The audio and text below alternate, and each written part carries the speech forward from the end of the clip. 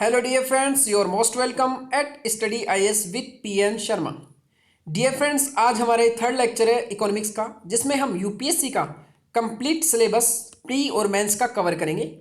तो dear friends, आज हम स्टार्ट करते हैं थर्ड लेक्चर। उससे पहले आपके लिए ज़रूरी इन्फॉर्मेशन, कोई भी स्टूडेंट जो अनअकैडमी प्लस सब्सक्रिप्शन लेने की सोच रहा हो और जो लेना चाहता है, वो स्टडी IAS कोड यूज कर एक्स्ट्रा डिस्काउंट का बेनिफिट उठा सकते हैं।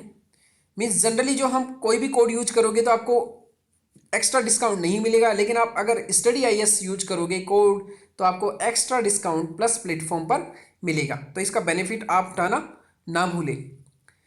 ये सभी सोशल मीडिया प्लेटफॉर्म्स हैं जिनके द्वारा आप जुड़कर कोई भी आपकी क्वेरी हो रिगार्डिंग प्रिपरेशन यूपीएससी की या फिर अनअकैडमी सब प्लस सब्सक्रिप्शन से संबंधित कोई भी आपको प्रॉब्लम आए तो आप डायरेक्टली जुड़ सकते हो। टेलीग्राम से हमसे study IAS official, Instagram, Facebook और मेल भी आप हमको कर सकते हो। तो डियर फ्रेंड्स, हमने पिछले लेक्चर जो सेकंड लेक्चर था हमारा, उसमें हमने ओपन इकोनॉमी क्या होती है, क्लोज्ड इकोनॉमी क्या होती है, इससे संबंधित हमने पूरी डिस्कशन किया था। समाजवादी, कैपिटलिस्ट एंड मिश्रित इकोनॉमी, तो इन तीनों में क्या डिफरेंस होता है ये भी हमने देखा। मांग आपूर्ति का सिद्धांत, एडम स्मिथ लेजिस्फेयर क्या होता है, अल्प विकसित, विकासशील और विकसित अर्थव्यवस्था क्या होती है, इसके बारे में हमने पूरा डिस्कशन किया। उसके बाद दो क्वेश्चंस देखे थे मेंस के कि कैसे क्वेश्चन पूछे जा सकते हैं। अर्थव्यवस्था के क्षेत्र, प्राइमरी क्षेत्र, सेकेंडरी क्षेत्र, टर्सरी, इसके बारे में हमने डिस्कशन किया था। आय का चक्रीय प्रभाव, कैसे परिवार से, फर्म और सरकार, इन तीनों के बीच में कैसे इकोनॉमी का पूरा सर्कुलेशन होता है। आय का द्विचक्रीय प्रभाव में हमने फर्म और घरेलू क्षेत्र, व्यापार के बीच में कैसे लेन देन होता है। अगर आय का त्रिचक्रीय प्रभाव है तो उसमें गवर्नमेंट, कोई फर्म और परिवार तीनों आ जाते हैं। ये सभी हमने डिस्कशन किया था लास्ट लेक्चर में। फाइनेंशियल सिस्टम क्या होता है इसके बारे में हमने डिस्कशन किया। फाइनेंशियल मार्केट क्या होता है इसके बारे में हमने लास्ट लेक्चर में डिस्कशन किया। वित्तीय संसाधनों की गतिशीलता का हमारे जो इकोनॉमिक ग्रोथ रेट है उसका क्या इम्पैक्ट पड़ता है, इसके बारे में हमने अच्छे से डिस्कशन किया। वित्तीय बाजार की अर्थव्यवस्था में भूमिका, उसके बाद वित्तीय बाजार के प्रकार, money market and capital market, इनके बारे में हमने लास्ट लेक्चर में डिस्कशन किया। लिक्विडिटी क्या होती है, कैपिटल मार्केट क्या होता है, इसका भी हमने लास्ट लेक्चर में डिस्कशन किया। उसके बाद हमने RBI स्टार्ट किया था। RBI से संबंधित हमने जो बेसिक पॉइंट्स हैं, RBI का संगठन, ये सभी हमने लास्ट लेक्चर में छोड़ा था, मीन्स कर लिया था कंप्लीट डिस्कशन। हमने लास्ट लेक्चर में कहा था सेकंड लेक्चर में कि हम RBI के कार्य नेक्स्ट लेक्चर में देखेंगे। तो माय डियर फ्रेंड्स, आज स्टार्ट करते हैं हम RBI के फंक्शंस क्या क्या हैं। RBI के दो फंक्शंस रहते हैं as a central bank, means हर देश में एक सेंट्रल बैंक रहता है जो देश की इकोनॉमिक एक्टिविटीज को कंट्रोल करके रखता है। एक रहता है विकासात्मक कार्य। तो सेंट्रल बैंक के रूप में RBI इंडिया में क्या क्या कार्य करता है। फर्स्ट, जो भी कॉमर्शियल बैंक्स रहते हैं, हम देखेंगे जब हम बैंक्स पढ़ेंगे तो उसमें हम देखेंगे कि बैंक्स का कितना क्लासिफिकेशन है। कॉमर्शियल बैंक्स कौन से होते हैं, शेड्यूल कॉमर्शियल बैंक कौन से होते हैं, ये सभी क्लासिफिकेशन हम जब बैंक्स पढ़ेंगे तब अच्छे से इसको देखेंगे। आप यहाँ पर सिर्फ इतना सा याद रखना कि जितने भी कॉमर्शियल बैंक हैं इंडिया में, विश्व वाणिज्यिक बैंक, उनका नियमन कौन करता है, RBI मीन्स सेंट्रल बैंक। कागजी मुद्रा जारी करना, जो कागज वाली मुद्रा रहती है या 1 रुपये से ऊपर वाली जितनी भी मुद्राएं रहती है उसको कौन जारी करता है, RBI, जबकि 1 रुपये को करता है वित्त मंत्रालय। तो ये आप याद रखना। बैंकों का बैंकर, मीन्स बैंक्स पैसे कहाँ से लेते हैं, RBI से। तो RBI कमर्शियल बैंक को क्या देता है, परामर्श देता है कि आपको कैसे कैसे काम करना है। केंद्र और राज्य सरकारों को आप बैंक की तरह काम करता है। केंद्र और राज्य सरकारों को क्या देता है, पैसा देता है। और आपको अभी जस्ट न्यूज में आया था कि वेजेज एंड मीन्स एडवांस, इसको 60% बढ़ा दिया किसने, RBI ने। तो वेजेज एंड मीन्स क्या होता है इसके बारे में आप एक लेक्चर है सर का, उसको देख सकते हो। अमन सर का एक अच्छा लेक्चर है, वेजेज एंड मीन्स क्या होता है उसके ऊपर, उसको आप देख सकते हो। इसमें 60% बढ़ा दिया गया है। इसके तहत केंद्र सरकार और राज्य सरकार बैंक से उधार ले सकता है, किससे, RBI से। तो अभी कोरोना वायरस से लड़ने के कारण अब लोगों, जो गवर्नमेंट्स है उनके पास पैसे की कमी हुई है, इसीलिए वेजेज एंड मीन्स को बढ़ा दिया गया है। तो इसको आप जरूर देखना। RBI से उधार लेती है कौन, बैंक। तो आरबीआई बैंक्स को उधार भी देती है रेपो रेट पर। साथ ही में आरबीआई क्या करती है, बैंक्स के पास अगर एक्स्ट्रा पैसा रहता है तो बैंक्स के पैसे को रिवर्स रेपो रेट पर जमा कर लेती है। ये आप याद रखोगे। मौद्रिक नीति की समीक्षा, मौद्रिक नीति क्या होती है, किसी इकोनॉमी में जो मनी सप्लाई है, जो पैसों का फ्लो है, कि मनी इकोनॉमी में पैसा ज़्यादा होगा या कम होगा, उसको कंट्रोल करके कौन रखता है, आरबीआई। साथ में विदेशी विनिमय बाजार का भी ये क्या करती है, विनिमय मीन्स $1 के बराबर, $1 के बराबर कितना डॉलर होगा, या $1 जनरली इसमें हम ध्यान रखते हैं कि $1, क्योंकि डॉलर ज़्यादा इंपॉर्टेंट है, इसलिए $1 के बराबर हमारे कितने रुपए होंगे, इसका नियमन कौन करके रखता है कि $1 जितना है, अगर मान लो ₹1 जितना $1 के बराबर अभी लगभग 70 से के आसपास रुपए हैं। अगर सोचिए $1 के बराबर अगर ₹150 हो जाए, तो ऐसा नहीं होने देती कौन, आरबीआई। आरबीआई इस विनिमय दर को कंट्रोल करके रखती है। न्यू बैंक्स को लाइसेंस, नई बैंक्स अगर किसी को खोलना है तो उसके बारे में लाइसेंस कौन देगा, आरबीआई। विकासात्मक कार्य में क्या होता है, आरबीआई के विकासात्मक कार्य कौन कौन से हैं, आरबीआई आधुनिकीकरण मीन्स कैसे इंडिया में मॉडर्नाइजेशन हो, फाइनेंशियल इंक्लूजन बचत की प्रवृत्ति को बढ़ाना, और वित्तीय साक्षरता, इन सभी विकासात्मक कार्य को भी कौन करता है, आरबीआई। तो आरबीआई की कार्य आप हमेशा याद रखना।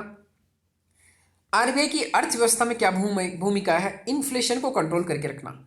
आरबीआई रिवर्स रेपो रेट के द्वारा बैंकों को पैसा देती है और बैंकों से एक ब्याज वसूलती है। अगर रेपो रेट को कम कर दें आरबीआई, तो बैंक्स ज़्यादा पैसा उधार लेंगी, कम ब्याज दरों पर ही मिल जाएगा उनको। तो उससे क्या होगा कि लोगों के हाथ में ज़्यादा पैसा जाएगा, डिमांड ज़्यादा जनरेट होगी, तो इन्फ्लेशन बढ़ने का चांस रहता है। तो कैसे रेपो रेट को बढ़ाकर आरबीआई इन्फ्लेशन की दर को कम कर देती है। इकोनॉमिक ग्रोथ रेट को बढ़ाने के लिए आरबीआई अपनी रेपो रेट्स को क्या कर देती है, कम। जब ब्याज दरें कम रहती है, याद रखना, जब ब्याज दरें कम रहती है तो इकोनॉमिक ग्रोथ भी क्या होती है, तेजी से। क्योंकि जब ब्याज दर यहाँ अगर इंटरेस्ट ले, यहाँ पर अगर इन्वेस्टमेंट ले, निवेश, तो ब्याज दरें जब कम होती है नीचे, तो निवेश क्या होता है, बढ़ता है। तो ये आप याद रखना। तो ब्याज दरों के साथ निवेश क्या होता है, बढ़ता है। तो अगर हम एक तरफ ब्याज दरें ले और एक तरफ हम निवेश, इंटरेस्ट, और एक तरफ हमारा इन्वेस्टमेंट, तो इनके बीच में जो एक अगर डायग्राम बनाएं हम, अगर इनके बीच में ग्राफ खींचे, तो ग्राफ कैसे आता है, जैसे इंटरेस्ट रेट बढ़ेगी तो आपका इन्वेस्टमेंट क्या हो जाएगा, कम। तो इन्वेस्टमेंट यहाँ पर जब इंटरेस्ट रेट हाई है तो इन्वेस्टमेंट बहुत कम है। जैसे इंटरेस्ट रेट कम हुई तो क्या होगा, इन्वेस्टमेंट बढ़ रहा है। तो ये ऐसा एक ग्राफ निकल कर आएगा दोनों में, किसके बीच में, इंटरेस्ट रेट और इन्वेस्टमेंट के बीच में। तो ये बहुत इंपॉर्टेंट है। तो आरबीआई इकोनॉमिक ग्रोथ रेट को बढ़ाने के लिए इंटरेस्ट रेट कम कर देती है। राजकोषीय नीति में भी सहायता करती है। गवर्नमेंट कैसी राजकोषीय नीति बनाए, उसमें भी सहायता कौन करता है, आरबीआई। औद्योगिक उत्पादन में उत्प्रेरक की भूमिका, कि सस्ता लोन अगर मिल जाएगा तो औद्योगिक उत्पादन क्या होगा, बढ़ेगा। तो ये सभी काम है किसके, आरबीआई के। अगर हम क्वेश्चन देखें एक आरबीआई के कार्यों से संबंधित, ये जस्ट लेटेस्ट क्वेश्चन यूपीएससी का 2014-15 के आसपास का क्वेश्चन है ये, प्री का। रिजर्व बैंक ऑफ इंडिया बैंकरों के बैंक के रूप में, मीन्स केंद्रीय बैंक के रूप में कार्य करता है। मीन्स बैंक्स के बैंक का मतलब बैंक जिनसे हम पैसा लेते हैं उनके भी बैंक का पैसा कौन है, उनका काम कौन करता है, आरबीआई। इसका अर्थ निम्नलिखित में से कौन सा है। अन्य बैंक आरबीआई के पास अपनी जमा संचित रखते हैं, हाँ। रिवर्स रेपो रेट, तो एक्स्ट्रा पैसा कहाँ जमा करा देते हैं, आरबीआई के पास, इसके आधार पर। आवश्यकता के समय आरबीआई से वाणिज्यिक बैंकों को ऋण देता है, तो कौन देता है, रिवर्स रेपो रेट के ऊपर ऋण देता है। यहां पर आपको कंफ्यूज नहीं होना है, अन्य बैंक आरबीआई के पास अपनी जमा संचित रखते हैं, यहां पर खुद चला के बैंक्स रख रहे हैं, तो इसलिए रिवर्स रेपो रेट आएगा। सीआरआर का यहाँ कोई लेना देना नहीं है, वहां तो मजबूरी है बैंकों की, यहाँ मजबूरी लाइन में जो लिखी हुई है मजबूरी नहीं है। तो आप कंफ्यूज नहीं होना कि सीआरआर को यहाँ मिला दो, यहाँ पर रिवर्स रेपो रेट, यहाँ पर रेपो रेट। आरबीआई वाणिज्यिक बैंकों को मौद्रिक विषयों पर परामर्श देता है, बिल्कुल मौद्रिक विषयों पर परामर्श देता है कि आपको कैसे कैसे डिसीजंस लेने चाहिए। तो तीनों काम करता है आरबीआई, इसीलिए यहाँ क्या हो जाएगा, निम्नलिखित में से कूटों के आधार पर, मीन्स कौन सा जो ऑप्शन है वो सही है, तो 1 2 3 क्या हो जाएगा, डी। तो ऐसे आंसर क्वेश्चंस पूछ लिए जाते हैं डायरेक्टली यूपीएससी में, तो याद रखना आप। अगेन हमारा है मौद्रिक नीति। अब देखते हैं मौद्रिक नीति क्या होती है। आरबीआई अर्थव्यवस्था में मौद्रिक प्रवाह के नियंत्रण के लिए, या इसको बोलते हैं तरलता समायोजन, मीन्स लिक्विडिटी। लिक्विडिटी का मतलब क्या होता है, मनी जो सप्लाई होती है, मनी सप्लाई इकोनॉमी में, उसका समायोजन, उसका एडजस्टमेंट कैसे किया जाए, उसको बढ़ने दिया जाए या कम होने दिया जाए इकोनॉमी में पैसे को, ये जो कंट्रोल करके रखती है आरबीआई, इसी को कहते हैं हम मौद्रिक नीति, मॉनेटरी पॉलिसी। मनी सप्लाई जो है उसको नियंत्रित करके रखती है कौन, आरबीआई, अर्थव्यवस्था में। मीन्स हमारी इकोनॉमी में, अर्थव्यवस्था में मनी की सप्लाई को कंट्रोल करे कौन, आरबीआई। तो इसी को कहेंगे मौद्रिक नीति। अगर सोचिए इकोनॉमी में $1000 है, जस्ट टेक एग्जांपल, तो एक वो कंडीशन है, एक जगह $1,00,000 हो जाए। $1,00,000 का होने का मतलब है 10,000 की जगह या 1,000 की जगह कि मनी का फ्लो इकोनॉमी में बढ़ गया, तो लोगों के हाथ में एक तरह से पैसा ज़्यादा है। तो वो जब लोगों के हाथ में पैसा ज़्यादा रहेगा तो लोग ज़्यादा डिमांड करेंगे, तो चीज़ों की ज़्यादा मांग रहेगी, तो हो सकता है कि महंगाई बढ़ जाए। मीन्स एक ही चीज़ को लेने वाले खरीदार 10 रहेंगे। तो जब मनी फ्लो बढ़ता है इकोनॉमी में तो इन्फ्लेशन बढ़ने की कंडीशन, मीन्स इन्फ्लेशन बढ़ने का चांस रहता है। लेकिन जब मनी फ्लो कम हो जाता है तो इन्फ्लेशन क्या हो जाएगा, कम। तो इसलिए याद रखना कि जो आरबीआई है वो इन्फ्लेशन को टारगेट करने के लिए, देश के विकास को कैसे मैनेज करना है, इन सभी के लिए अपनी ब्याज दरों में कम ज़्यादा कर सकती है, और उनके आधार पर रेपो रेट में कम ज़्यादा होने से मनी सप्लाई जो अर्थव्यवस्था है उसमें कंट्रोल होती है। मौद्रिक नीति का उद्देश्य क्या है, अर्थव्यवस्था में मुद्रा की तरलता, उसका नियंत्रण, औद्योगिक उत्पादन को बढ़ावा देना। जब मौद्रिक नीति सस्ती होगी तो लोगों को निवेश ज़्यादा करेंगे तो औद्योगिक उत्पादन बढ़ेगा। कीमत स्थिरता, मीन्स रुपए के बराबर, मीन्स कीमत स्थिरता, मीन्स इन्फ्लेशन ना हो। तो आरबीआई क्या करेगा, जैसे ही इन्फ्लेशन होने का चांस रहेगा रेपो रेट बढ़ा देगी, तो बैंकों को भी लोन महंगा मिलेगा आरबीआई से, तो बैंक्स भी लोगों से ज़्यादा महंगा इंटरेस्ट पर पैसा देंगे, तो लोग कम पैसा लेंगे, तो अपने आप ही उनकी मांग कम हो जाएगी। यहाँ पर ग्रोथ रेट और इन्फ्लेशन रेट दोनों में एक बैलेंस बनाकर चलना पड़ता है, किसको, आरबीआई को। ना तो ग्रोथ रेट कम हो ना ही इन्फ्लेशन बढ़े, ये काम कौन करता है, आरबीआई की मौद्रिक नीति। अब मौद्रिक नीति दो प्रकार की होती है, बहुत इंपॉर्टेंट है। फर्स्ट है कठोर मौद्रिक नीति, या इसको बोलते हैं संकुचित, कॉन्ट्रैक्शनरी। सेकंड है सस्ती मौद्रिक नीति या विस्तारवादी, मीन्स एक्सपांशनरी या फिर चीप मॉनेटरी पॉलिसी। अगर कठोर मौद्रिक नीति की बात करें तो देखो जनरली होता क्या है कि बैंक्स को जब पैसे की जरूरत पड़ती है तो वो क्या करते हैं, आरबीआई से पैसा लेते हैं। कहाँ से, आरबीआई। आरबीआई के पास पहुंच जाते हो कि साहब हमारे को पैसों की ज़रूरत है, आप दो। जैसे हमको कभी ज़रूरत पड़ती है, पापा मम्मी से पैसे लेते हैं, उसी तरह बैंक्स कहाँ से पैसा लेती है, आरबीआई के पास।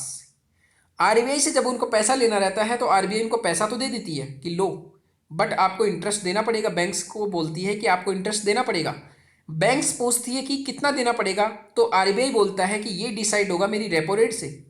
मीन्स मेरी रेपो रेट जितना परसेंट होगी उतना आपको इंटरेस्ट रेट देना पड़ेगा। रेपो रेट का मतलब ही क्या है कि जितनी इंटरेस्ट रेट बैंक्स आरबीआई से उधार लेते टाइम देती है उसी को बोलते हैं रेपो रेट। तो याद रखना वर्तमान में 4.4% है, तो रेपो रेट आप याद रखोगे। अब क्या होगा कि रेपो रेट में क्या होगा, आरबीआई अपनी रेपो रेट जब बढ़ा देती है, मीन्स अपनी इंटरेस्ट रेट जब बढ़ा देती है, तो तरलता क्या हो जाएगी, इकोनॉमी में कम हो जाएगी। क्योंकि अगर आरबीआई अपनी रेपो रेट बढ़ा देती है, अगर रेपो रेट बढ़ा देती है तो बैंक्स क्या करेंगी, बैंक्स को महंगा पड़ेगा ये लोन लेना, तो बैंक्स क्या करेगी, लोन क्या आरबीआई से उधार नहीं लेगी।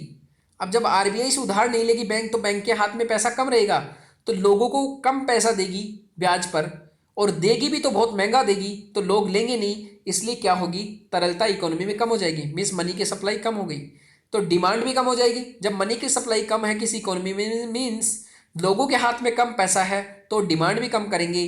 तो जब वस्तुओं की डिमांड कम हो जाएगी तो इन्फ्लेशन मीन्स महंगाई जो दर है वो भी कम हो जाएगी। ये क्या है, हमारी सस्ती संकुचित मॉनेटरी पॉलिसी।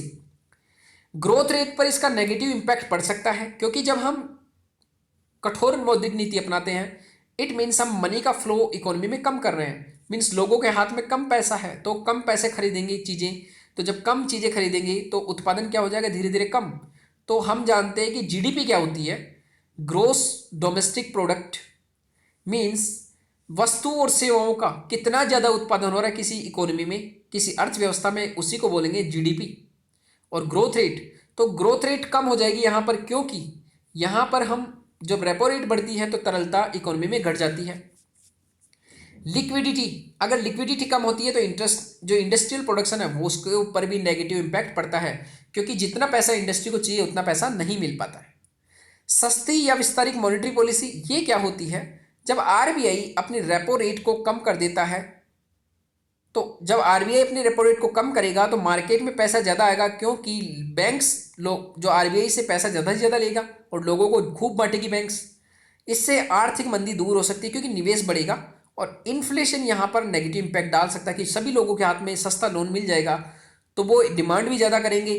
तो इसको बोलेंगे इकोनॉमिक्स, या जो इसको क्या कहेंगे हम, negative inflation effect, sorry inflation means negative impact है किसका, इन्फ्लेशन का हमारी इकोनॉमी के ऊपर। जब हम रेपो रेट कम कर देते हैं, आरबीआई जब हमारी रेपो रेट कम कर देगी तो बैंक्स क्या करेगी, ज़्यादा से ज़्यादा पैसा लेगी, और ज़्यादा पैसा लेगी तो लोगों को ज़्यादा बांटेगी, तो इससे लोगों के हाथ में जब पैसा ज़्यादा रहेगा तो इन्फ्लेशन होने का चांस रहेगा। तो ये दोनों याद रखना, कठोर मौद्रिक नीति क्या होती है, सस्ती मौद्रिक नीति क्या होती है। आगे हम सिंपल सा एक देखते हैं कि सस्ती मौद्रिक नीति, इसमें क्या हुआ, ब्याज दरें क्या हो गई कम, रेपो रेट के कारण बैंक भी अपनी ब्याज दरें कम करेगी तो तरलता मार्केट में बढ़ेगी, इससे औद्योगिक उत्पादन, क्योंकि निवेश ज्यादा होगा और इकोनॉमिक ग्रोथ बढ़ेगी। लेकिन अगर कठोर मौद्रिक नीति है तो ब्याज दरें यहां पर क्या करेगी, आरबीआई अपनी ब्याज दरें बढ़ा देगी, मींस रेपो रेट जब को बढ़ा देगी तो ब्याज दरें भी बढ़ जाएगी बैंकों की। बैंक्स को अब लोन महंगा मिलेगा आरबीआई से, तो ग्राहकों को भी ऋण महंगा देगी बैंक्स। इससे क्या होगा, लोग कम पैसा लेंगे तो तरलता इकोनॉमी में कम हो जाएगी, लोगों की क्रय शक्ति यहां पर कम हो जाएगी, क्योंकि क्रय शक्ति का मतलब क्या होता है, उनके हाथ में कितना पैसा है, जब वो कम हो जाएगा तो लोग कम क्रय करेंगे, इससे मांग कम हो जाएगी, और मांग कम होगी तो जो इन्फ्लेशन है, जो मुद्रास्फीति है, वो भी क्या हो जाएगी, कम हो जाएगी। तो माय डियर फ्रेंड्स, ये हमने डिस्कशन किया है मौद्रिक नीति। अब हम एक क्वेश्चन देखते हैं यूपीएससी का 2019 का। मैं सिर्फ इसलिए दिखा रहा हूं कि डायरेक्टली जो क्वेश्चन आते हैं कि विस्तारित मौद्रिक नीति या कठोर मौद्रिक नीति क्या होती है, A B C and D, इसमें रेपो रेट को घटाया जाता है, इसमें रेपो रेट को बढ़ाया जाता है, दोनों किया जाता है, कोई नहीं किया जाता, ए बी, इस टाइप के क्वेश्चंस यूपीएससी में जनरली नहीं पूछे जाते डायरेक्टली। अब ये 2019 का क्वेश्चन है, कैसे यूपीएससी ने पूछा, इसलिए पॉइंट्स आपको पकड़ में आने चाहिए, ये बहुत इंपॉर्टेंट है। भारतीय रुपये की गिरावट रोकने के लिए निम्नलिखित में से कौन सा सरकार या भारतीय रिजर्व बैंक द्वारा किया जाने वाला सर्वाधिक संभावित उपाय नहीं है। मीन्स डॉलर के सामने हमारा रुपया लगातार गिर रहा है, तो इसको कैसे रोका जाए, इसको रोकने के क्या क्या उपाय हो सकते हैं, तो कौन सा नहीं है, अब ये देखते हैं हम। गैर जरूरी वस्तुओं के आयात पर नियंत्रण और निर्यात को प्रोत्साहन, तो जब हम आयात को नियंत्रण करेंगे, निर्यात को प्रोत्साहन करेंगे तो हमारे पास डॉलर आएगा, तो हमारा रुपये बच सकता है। भारतीय उधारकर्ताओं को रुपए मूल्य वर्ग के मसाला बॉन्ड जारी करने हेतु प्रोत्साहित करना। भारतीय जो उधारकर्ता है, मीन्स जो भारतीय जो लोग उधार लेते हैं बाहर से, तो वो बाहर से उधार लेते समय डॉलर नहीं लेंगे, डॉलर की मांग ही नहीं होगी तो महंगा नहीं होगा, उसकी जगह वो रुपए की मांग करेंगे। याद रखना, विदेशी वाणिज्यिक उधारी से संबंधित दशाओं को आसान बना देना। जब विदेशी वाणिज्यिक बैंकों से उधारी जब आसानी से मिल जाएगी तो डॉलर की मांग क्या हो जाएगी, कम, तो अपने आप ही डॉलर क्या आ जाएगा, जो डॉलर के कारण जो बढ़ी हुई कीमतें हैं वो क्या हो जाएगी, और जो रुपए की गिरावट हो रही है वो क्या हो जाएगी, ठीक हो जाएगी। यहां पर एक प्रशंसनशील मीन्स एक्सपांशनरी, या इसको बोलते हैं चीप, या फिर इसको बोल सकते हैं एक्सपांशनरी मौद्रिक नीति। ये क्या है, प्रशंसनीय मौद्रिक नीति का अनुसरण। ये जब होता है तो आरबीआई क्या करती है, अपनी रेपो रेट्स को कम कर देती है, इकोनॉमी में मनी सप्लाई बढ़ जाती है, मीन्स लोगों के हाथ में ज्यादा पैसा रहता है तो इससे तो डिमांड जनरेट होती है। इसका हमारे रुपए की गिरावट से कोई लेना देना नहीं है, तो डायरेक्टली आंसर क्या हो जाएगा, डी। तो इस टाइप के क्वेश्चन, ये 2019 का क्वेश्चन है, तो ऐसे ही भी क्वेश्चन यूपीएससी पूछती है। तो सिंपल से अगर आपके कॉन्सेप्ट क्लियर होंगे तो आप इजीली क्वेश्चंस यूपीएससी कितने भी टफ पूछे आप उनको इजीली कर लोगे, क्योंकि कई डायमेंशंस वहां एक साथ आते हैं। सेकंड जो आप देखोगे यहां पर, अभी हमने जस्ट क्वेश्चन देखा यूपीएससी का प्रीवियस ईयर का कि कैसे ये क्वेश्चन पूछे जाते हैं। अब एक और याद रखना कैसे यूपीएससी क्वेश्चन अपने रिपीट करती है, उसका एक रीजन है।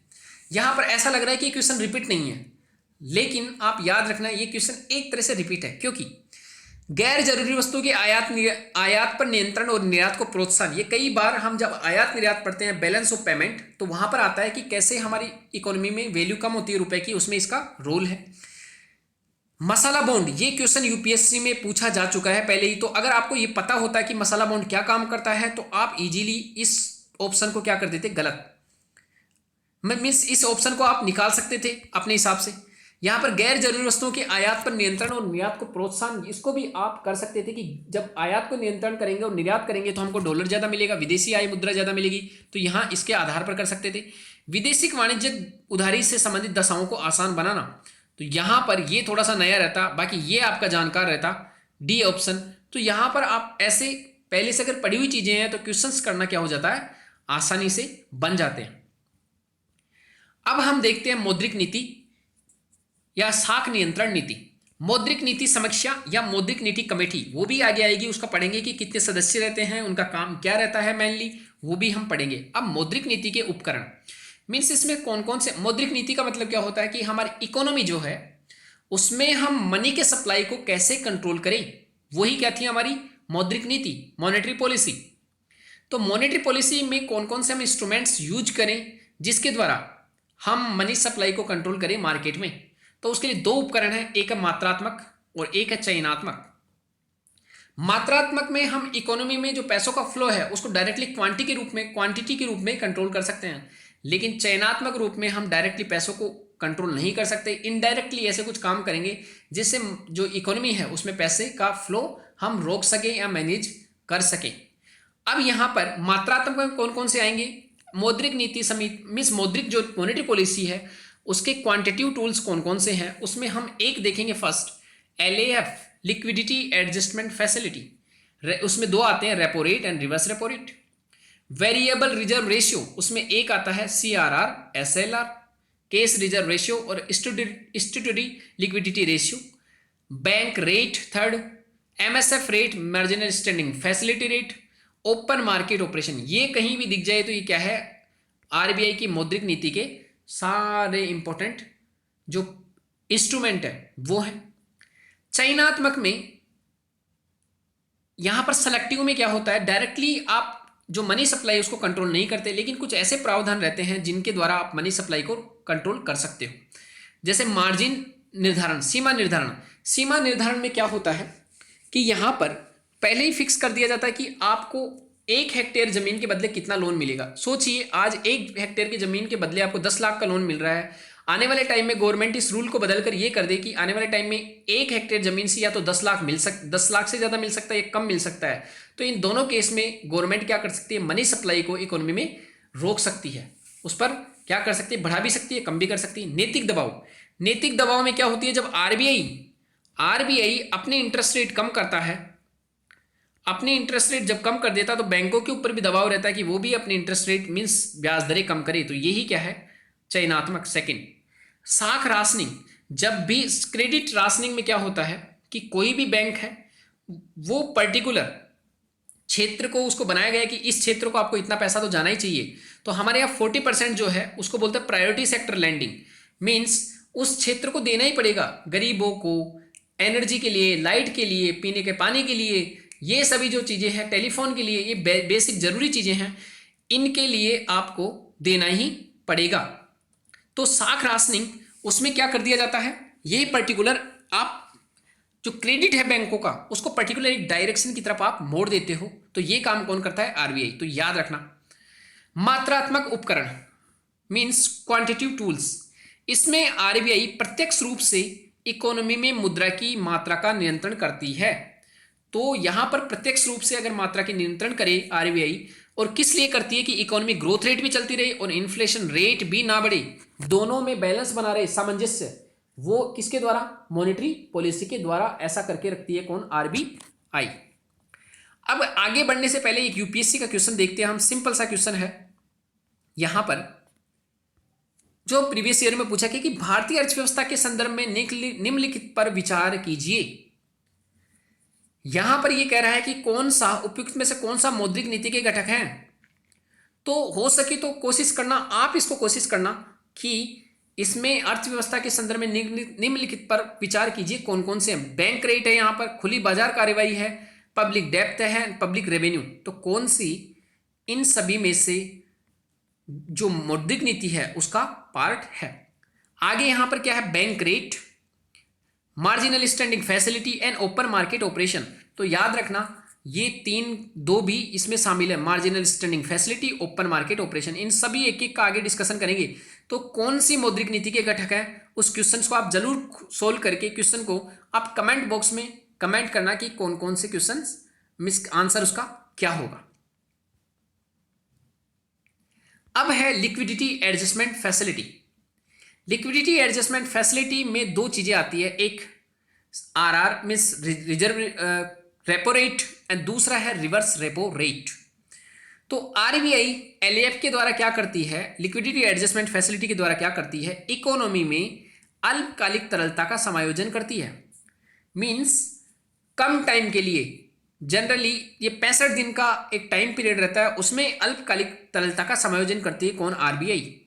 इसमें दो उपकरण यूज लिए जाते हैं, एक लिया जाता है रेपो रेट और दूसरा रिवर्स रेपो रेट।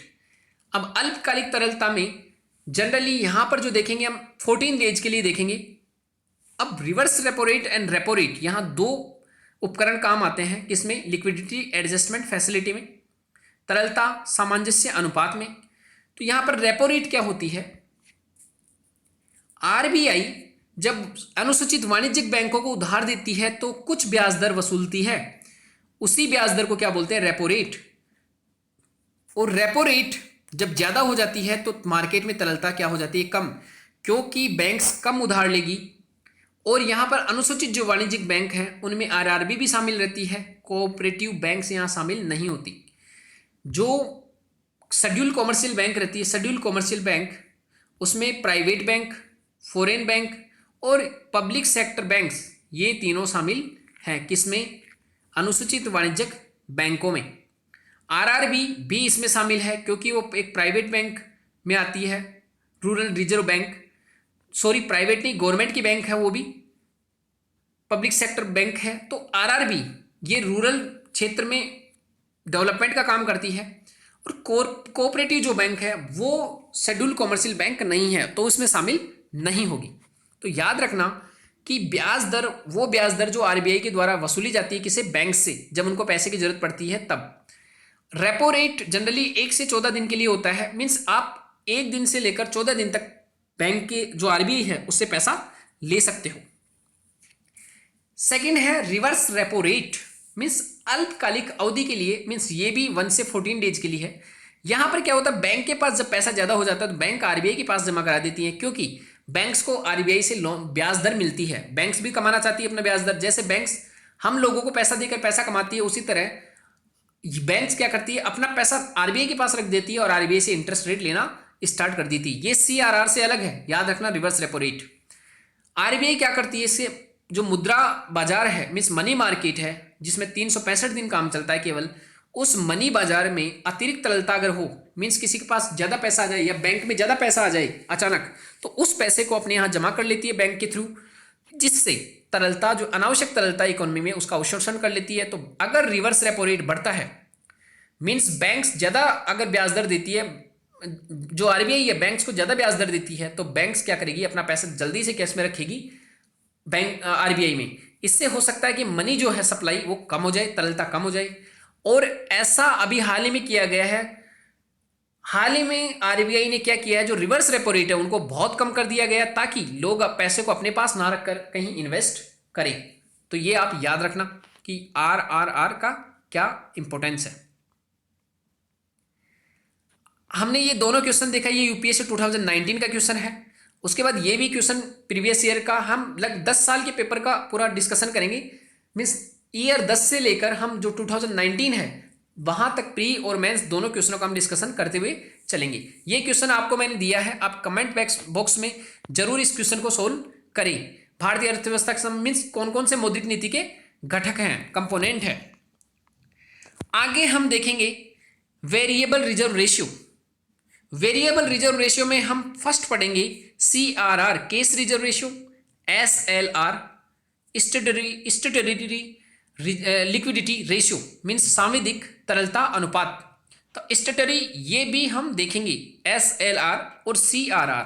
नेक्स्ट हमारा जो रहेगा उसमें हम एक कॉन्सेप्ट देखेंगे NDTL net time demand and time liability, ये क्या होती है। सिक्योरिटी हम आगे पढ़ेंगे, वो वाला सिक्योरिटी नहीं, डिजास्टर मैनेजमेंट के साथ वाला, ये हम अलग से पढ़ेंगे कि प्रतिभूति क्या होती है, प्रतिभूति के प्रकार क्या जो प्रकार है वो क्या होती हैं, और मॉनेटरी पॉलिसी कमेटी क्या होती है, इसमें मॉनेटरी पॉलिसी क्रेडिट कंट्रोल कैसे करके रखती है। तो इसको हम नेक्स्ट लेक्चर में देखेंगे। ओपन मार्केट ऑपरेशन क्या होता है, इन सभी को हम नेक्स्ट लेक्चर में देखेंगे। तो माय डियर फ्रेंड्स, आप जरूर जो प्रीवियस लेक्चर है उसको भी फॉलो करना और जो नेक्स्ट लेक्चर है उसको भी फॉलो करना, क्योंकि हम आगे वेरिएबल रिजर्व रेशियो जिसमें CRR SLR बहुत इंपॉर्टेंट है उनके बारे में हम डिस्कशन करेंगे। तो my dear friends, thank you very much for today's lecture.